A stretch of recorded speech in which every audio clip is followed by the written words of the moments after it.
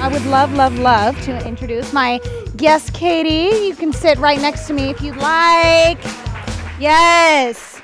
And we are going to be talking about how to be a more authentic storyteller. So I know you're going to kind of talk for most of this, but I figured I'd sit up with you here, just give you company, and why not? I feel like girl power. Let's be in this together. Yeah, for sure. Thank you so much. Excited to be here on behalf of Get It Made. I love this program. I think it's one of the best script contests out there. What I think is really, really cool about it that makes it unique is that when you do get your production going, you're also helping put people to work in Hollywood.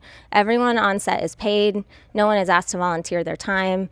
So everyone there is excited to be there helping you develop your idea and make it the best it can be. So authenticity and storytelling. Why is that important? My background is, as you mentioned, I started off as a documentarian at CNN in Atlanta. And I spent hours searching through footage, trying to find just those diamond in the rough moments of real life, of moments that would really help tell a story. So it really doesn't get much more authentic than that. So for me, I think it's really always been really important to find that human element in the story. And I think that I learned really early on that is what authenticity and storytelling is. It's, as a writer, it's being completely empathetic to humanity. It's really being able to put yourself in the shoes of whatever characters you're trying to portray on the page. And I think that there's been a lot of changes recently in the business that make people maybe uncomfortable trying to write outside of themselves. But I think authenticity doesn't mean that you have to write from just your own experience. I think that it's awesome if you can sort of get your unique stories and viewpoints out there. But if you want to write, if you're a male and you want to write from the point of view of with a woman, hero in your story, like, more power to you. Just consult with a woman. Any person from any background can be put in any type of situation. It doesn't matter who you are. We all live life. We're all humans.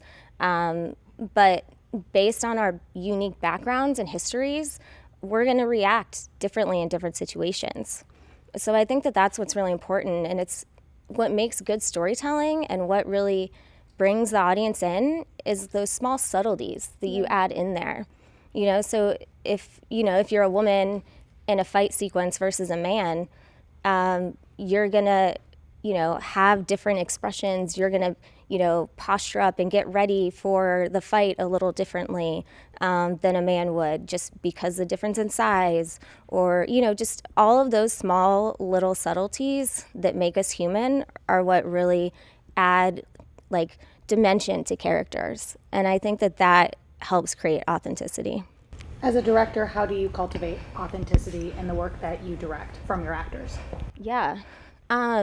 Well, so as I mentioned, I come from a documentary background, and from there I sort of worked at the Discovery Science Channel and made a lot of shows that have reenactments, recreations.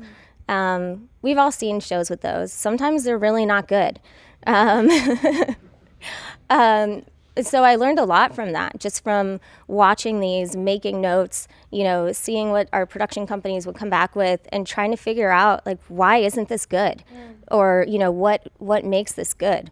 And a lot of times it is those human moments and being able to portray something that's happening by just showing it rather than telling it, and creating an emotion.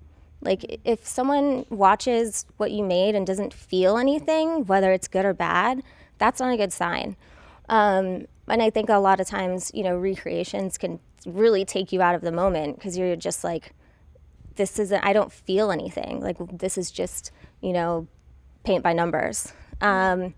So from there, taking that to scripted, I like to create the opportunity for organic moments to unfold in front of the screen. So even if it is scripted, I like to really talk to the actors about what's going on in the scene.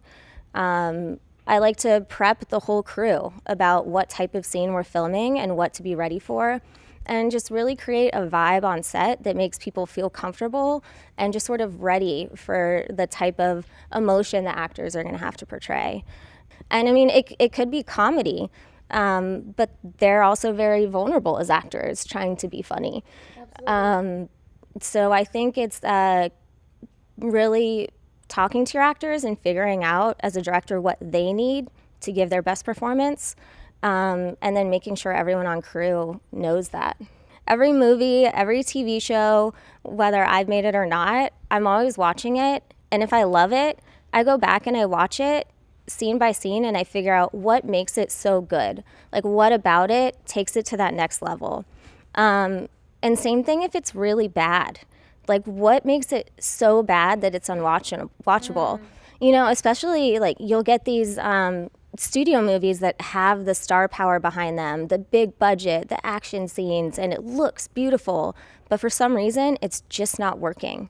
So I spend time looking at that, and the number one thing that's usually wrong with it is it's bad writing.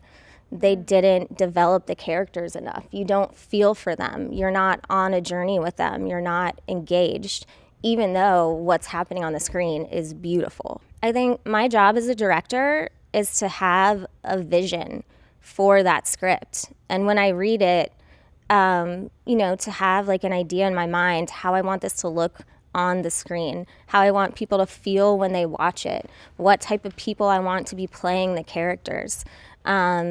You know, keeping budgets in mind. But so, you know, I like to sit down with writers and go through their script. And being a writer myself and a producer, you know, editor, having done it all, I sort of can workshop the script with them, hopefully, and make it better so that everyone's really excited before the shoot. If that's not possible, then I'll prep the writer for a little bit of improv to happen on set with the actors, you know, give them some leeway to sort of portray the moment rather than just stick to write, you know, what's on the page. And maybe the writer wants exactly what's on the page, so you get that take. But then you're just like, you know what, I just want to try a little something else too, just so we have it. I think you'll really want this in the edit, you know? Or you make them think that changes are their own idea. As a director now, I direct a lot of commercials as like my paid gig, and you deal with a lot of clients. And a lot of my job as a creative is sort of helping them get out of their own way to make something that will be engaging to the audience. So it's looking, you know, you choose your battles to try to get the best end product possible. Amazing. I love that. She's going to be on our main panel at the end, so if you have any questions further about this fireside chat, would love to direct it towards them. I'm sorry, I just started talking to you and having it be a conversation. Yeah, so I love that. I just had questions. That's perfect. So, thank you. I really appreciate you, and we'll see you back again for the main panel. All right. Awesome. Thanks.